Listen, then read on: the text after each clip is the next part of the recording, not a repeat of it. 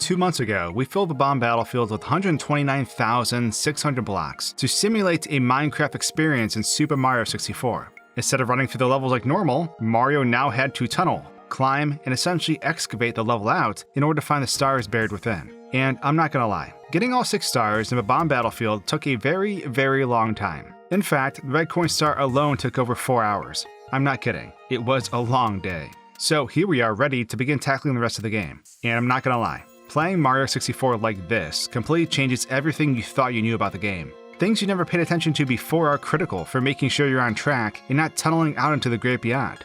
And bosses. Good lord, Bowser is a nightmare. So join me, block by block, as we tunnel into Mario 64 and encounter all sorts of strange things.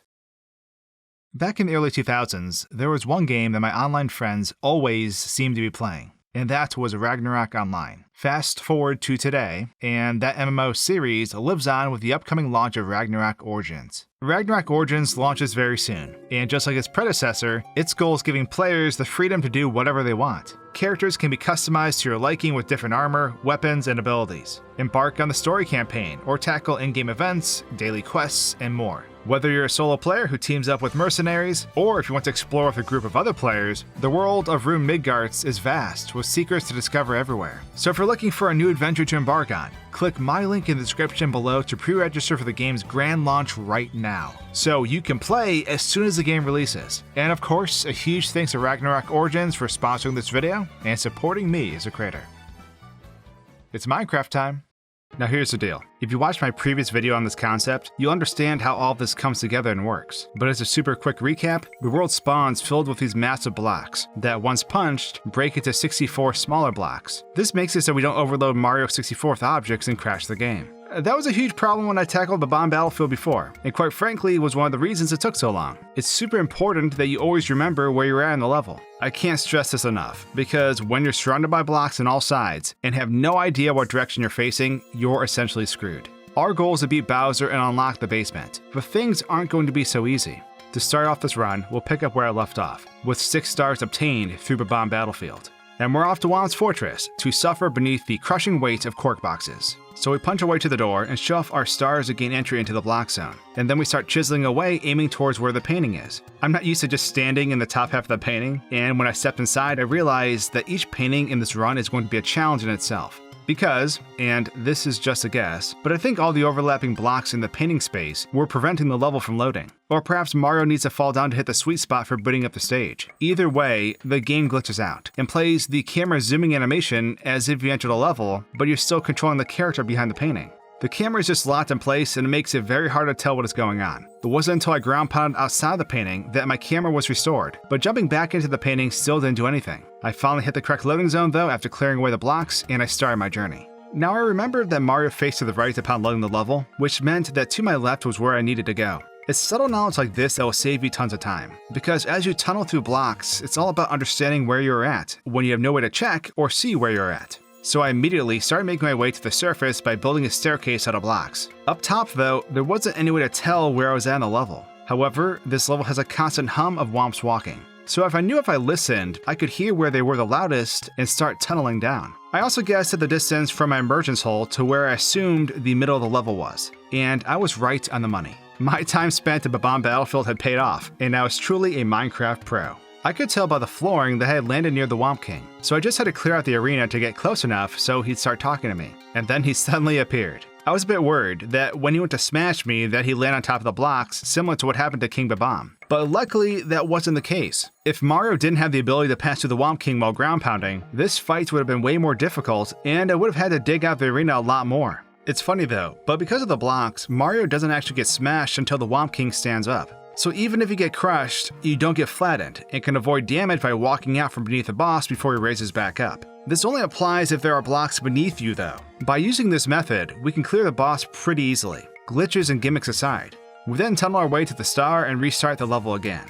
Well, it isn't that quick, because getting back into the level is a pain in the butt, but we eventually make it work. To the top of the fortress, the second star is actually a pretty quick grab. You just tunnel to the surface. Once you're up there, you'll see that the star in the upper part of the tower just peek out of the top of the block pile. It's pretty bizarre looking honestly, but we can just jump up and take the star. Back in the level, it is now time to shoot for the wild blue. And this one is a bit interesting. We are going to need the sides of the level to guide our positioning as we tunnel around. From memory, I know that just beyond the water area is where the downward slope beneath the star is. I also know the gravel-looking hill with a red coin on it is close by. This helps me remain sane while I'm lost in a block nightmare. One of the tricks I use often in this run is exploiting the see up look function. You can use it to place your camera behind a wall so you can see if there's land there before you break the blocks. This is useful when the blocks are still huge, so you don't load 64 new objects into the game that you don't need. I eventually tunnel my way to the wild blue star, but because all the textures are the same, I couldn't tell if I was on top of the star, in the middle, or by the star. The way the blocks lined up too made it pretty hard to clear away the blocks, since they are just floating out of my punch range. Eventually I find a pole though, but it isn't the one I'm looking for. So I know that I'm now up top and need to go down, so I tunnel into the middle section looking for the pole in this area. Once I find it, I decide to clear out the thin layer of blocks barely covering the floor, knowing that by doing so, the bottom of the block will be cleared in the section below. I then go down the pole, clear it out, and grab my 9th star. Coming back in, we're faced with the red coin star, and honestly for this run, I'm going to really try to avoid doing these stars. They are grueling and long, and the one in Bob-omb Battlefield took me 4 hours to do. I don't think Womp's Fortress would take as long as that, but I'm trying to keep what sanity I have left. So instead, we're going topside. If you know what direction the star at the top of the tower faces, you can use that to figure out where the Kaze Island is pretty simply. It's basically right in front of it, slightly to the left if you're looking at the tower. Once you find it, you only have to clear out 2 layers of blocks and the star is yours. Now, blast away the wall is going to be a different story. I started by tunneling to the wall in hopes that I can maybe cheese the star. I'm not a skilled speedrunner, so even though I could walk up right to where the star is at, I couldn't grab it at all. It's weird just standing next to the star like this though in a cave made of cork boxes. I began cleaning up the area and essentially carving out a tunnel from this star's location to the cannon. If I couldn't cheese the star, I was going to have to get it the way it was intended.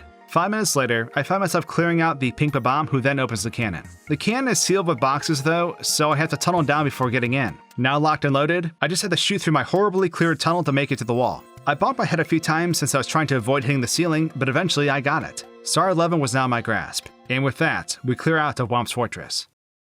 Time for Jolly Roger Bay, or at least what I thought would be accessible. Honestly, I was worried going in. I cleared out the door, opened it up, and then, died. I forgot that I need to go into the room while not standing on the ground. This time, I went through the top of the door and didn't die, and then I drilled my way over to the painting. Now, honestly, my hope for this level was near zero.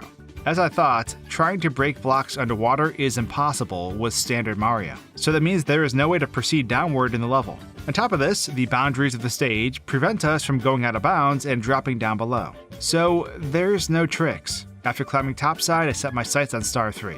Blast to the stone pillar, because honestly, it's the only star I can think of that is obtainable. After making it topside, I start tunneling alongside the wall. Reason being is that if I follow the wall out to the pillars, I can anticipate that the ledge with the star will stick out from the wall. At least, by this logic, I have a line I can essentially trace back to the area. Once I find the actual pillars, I know I'm nearby. I then follow the wall and find the box peeking out. With this, I grab my star and exit the stage. I know I can't do anything else here, so I decide to head into the secret aquarium just to see what it's like. Getting inside is annoying, but once inside, I do learn something new. I can't swim in any direction except upward, and by swimming up, I instantly destroy boxes. Mario sacrificed his life to gain this knowledge, and we'll keep this in mind for future water levels. 12 stars in our grasp, and on to our next level, Cool Mountain. And this level was one I was not looking forward to. The thought of racing the penguin, guiding the penguin, etc. The joy of this run evaporated from my body. We start off with the slide, slip sliding away. Mario 64 masters know the direction they are facing when this level starts, and that will certainly keep you sane when you spawn in block land and have no idea where to go. We need to make our way back to the cottage area, which we know is near the peak of the mountain, given that the peak juts out. We can use the pause menu to check the areas we've been by the blocks subdividing on the surface. Eventually we find the chimney and make our way inside, and, yeah, this slide is everything I thought it would be. A great sea of icy blocks. Of course, all the blocks here make Mario slide like crazy, so navigating is a bit weird. Using 10,000 IQ, we run our way all the way to this corner of the level where this wall comes to a 90-degree angle. Then, we start tunneling down. Work smarter, not harder, Mario. This wall sticks out because at the bottom of the level, this is where the opening to the tunnel is. So we skip the chaos of the unknown and uncover our star tunnel like the archaeologists we are. Inside the tunnel, we have to be careful not to touch the floor as we follow the walls. The ceiling eventually forces us downward, so we have to keep a buffer layer between the floor. And then, we tediously follow this tunnel down block by block, and I eventually break through the spawning range for the blocks due to how deep the level is. With that, I slide to victory, step outside inside a block, and then carve my way to my 13th star. Now, it's time for the time killer. Little Penguin Lost is the absolute worst, and I know this going in. So I start clearing out massive amounts of blocks to find the little bugger, and I can already feel myself tensing up. The penguin sometimes passes through the blocks and sometimes doesn't, so that's fun if you mess up. With this tension, I begin to not think straight, and I start tunneling off the wrong side of the mountain. Remember when I talked about Mario 64 Masters? Yeah, it took 40 minutes for me to realize I chose the wrong route. I'm not sure if I just got turned around or misremembered the direct route due to limited vision with the blocks, but when I realized it, I definitely wasn't feeling too chipper. So I ended up booting up the normal game just to check my routing, and then I was back to the drawing board. This time I identified the safest route. I will be heading out past the start of the Snowman Head platform until I can tunnel down to the lower sections below, basically making a staircase and then turning 90 degrees and mining to right above where the penguin is. I will then tunnel down. But here's the thing. This concept is easy to say and a pain in the butt to execute. The reason is because Mario cannot climb blocks with a penguin, so we can never utilize height going up. If we goof up, we'll drop the penguin. We need to carve out this tunnel beforehand, but make it so we leave the stairs behind so we can go back to the penguin after. These stairs will be needed to get the penguin down safely too. I'm not gonna lie, this took about an hour just to create the tunnel structure needed to reach the mother penguin. You can see how vast I made some of the larger openings because I need to maintain a healthy block count due to the fear of crashing the game. So I finished the tunnel, climbed back through, and then took the baby bird home. Even with my elaborate tunnel system, I was still terrified of grabbing a ledge and dropping this bird into blocks. I goof up a few times, but it isn't fatal. And eventually, the task was done. Mario is becoming a master of Minecraft at this point, and our 14th star was a long ride. Jumping back into it, let's talk about that penguin race. Yeah, it goes as well as you probably imagined. The penguin, just like Koopa the Quick, slid along the top of the blocks and then eventually phases through them. But there's something you have to understand about the penguin slide. Even if we make it to the bottom in time, if we're gone too long from touching the actual slide itself, we'll be called a cheater. This prevents us from getting the star. This is what made the slide a bit annoying when I tackled it while the game had thousands of Goombas loaded in. So not only would we have to clear out all the blocks on the entire slide before even starting the race, but we'd have to build a staircase back to the top so Mario would be able to start the race again. We can't leave through the door and come back because the boxes would respawn. But here's the thing, even if we did that, I think it would be pointless. I dug down to the end of the race, and the penguin actually made it to the end. They didn't fall into the void. The problem being, the penguin was logic locked and couldn't cross the finish line. It's actually really weird looking, as the penguin is just spazzing all over the place. My theory is that due to the game modifications that were needed to load in these blocks, and the collision system being tinkered with, that the penguin just broke. It's like when people used the Extend Boundary patch earlier on when making the Mario 64 mods, and it made the collision less accurate, thus sometimes causing the penguin to fall off the map. The penguin is just broken in a different way. And maybe it's due to the collision, or maybe the blocks caused the route to the end to change so much that it's stuck in a confused loop. Either way, this star is a bust, and it would take hours to attempt to get it just to possibly be met with the same result. But not all is lost, because we're going to use this opportunity to exit the hut and go after our next star.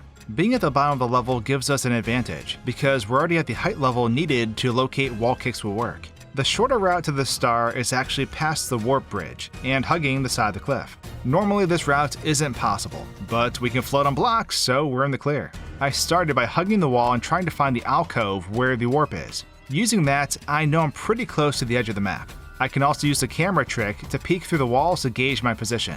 From there, I tunnel outward, clinging to the side of the cliff, and follow it along until I see the underside of the platforms where the star is. From here, I just have to dig out the area and make my way up to the star. Once I find the fence, I know I'm in the right spot, and a few minutes later, my 15th star is right in front of me. Without being able to clear the previous star, I can't start the scenario for Snowman lost his head, which would be a nightmare anyways. So I proceed on to the wing cap stage. My only goal here at the moment is just to hit the switch. I'm not going for the red coins because I want to enjoy my life, but in reality, given that I can tunnel anywhere, I imagine I won't be using much of this cap either.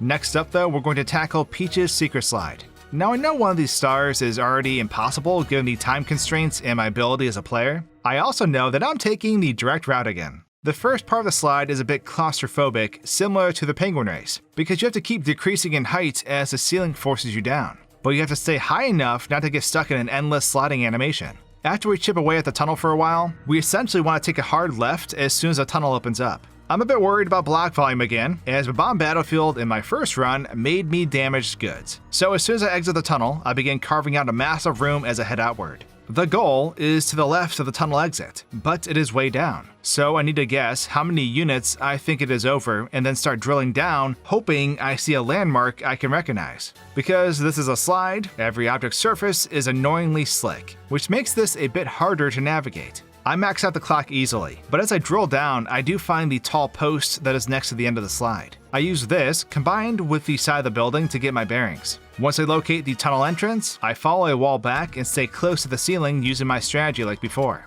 And then, I finally found it. The block I've been looking for. I see the shadow of the star block on the ground, and I attempt to break the Corkbox it's inside. Except, there's a weird problem with this block's collision. Every time I jump to destroy the block, it would adhere my jump impact to a random nearby object. The problem being, it was spawning in 64 objects per jump, and it took me like 15 to 17 jumps to break the darn box, which nearly crashed the game from object overload. Luckily, as the game started to crawl, I grabbed the star and got out of there. If I didn't clear out those large areas earlier, I would have certainly overloaded the game. But now, here we are. 16 stars isn't too shabby. Big Boo's Haunt is something we'll tackle next time, but Bowser's battle stands before us. And I'm not gonna lie, the fight with Bowser was way more difficult than I thought it would be.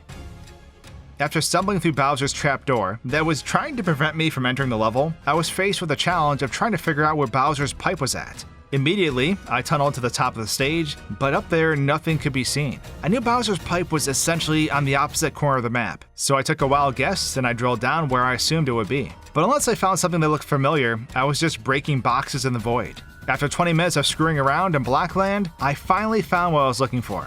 A single gray wall. But a wall like this surely meant something, and it was. It was the collapsing staircase switch platform. Using the camera trick, I determined the way I needed to tunnel out, and began climbing my own staircase. I found the sign in front of the pipe first, and it wouldn't let go of me. But eventually I dug upwards and revealed the prize. We reached Bowser, and now it was time to defeat this bad boy. Starting off, I thought things were going well. Bowser approached me while walking through blocks, but when my camera snapped into place, I didn't know where I was at. I knew Mario fell down into the stage though, so I assumed it spawned me way up in the air, meaning Bowser was beneath me. So, I started digging. I knew I needed to get down to Bowser, but I didn't want to be in his damage range. But that thought ended immediately when his head popped out and he burned me alive. He can deal such fast damage because you're trapped, so I knew I had to rethink my strategy. So I thought I'd play it safe. I'd go to the absolute edge of the map and tunnel down out of bounds. I'd then move back to the bombs. But I then realized something. I couldn't hear Bowser anymore. He was gone. So I cleared out the arena down below, and I was right. He was no longer here, but I had a hunch about what happened. I remember hearing him jump at one point, but if Bowser falls off the stage at all, he fades away and jumps back up. But, like in my run where Mario 64 is completely flooded, objects and things like water can prevent Bowser from respawning if he falls or gets soft-locked in an animation. Like if his jumping animation never connects with the ground. So that's when I learned I had to do this the hard way. I had to keep Bowser from becoming unbeatable while staying near the boundaries of the stage. And this was hard. I died over and over and over again. The close quarters made it really tough. Eventually, I got to the edge of the stage and Bowser was above me. But in order to throw him, I need to break the blocks around the bomb. When I go out though, Bowser would rain fire down from above. So I had to run out, punch, and run back. Over and over as I cleared the playing field. I totally miscalculated though, because that's when I found out Bowser had no issues jumping off the stage and fighting me on top of the cork boxes. So I'm not sure how he soft-locked or disappeared before, but he was coming for Mario's blood one way or another. I remembered from my Mario 64 Mad Piano Challenge that when Bowser hits the edge of the stage, he has to turn to move away from it. Using that logic, I knew he would expose his tail given he had no options. I then jumped up, dropped him down below, and tossed him into the range of the bomb. I had tunneled just enough, so that the bomb would hit him through the messed up collision of the big unbroken Corkbox. And after he got hit, his defeat animation let him no-clip through all the boxes to the center of the stage. I tunneled through the blocks until Bowser started his monologue, and then I unearthed the key. And a sigh of relief came over me. I know this was a longer video, but the recording session for this took a long time. It was frustrating, mentally exhausting at some points, but with the key to the basement, I could now access the next section of the castle. And that will be in another video. I hope you enjoyed this quest so far, and hopefully I'll see you soon when I press on in my Minecraft 64 journey. Cheers!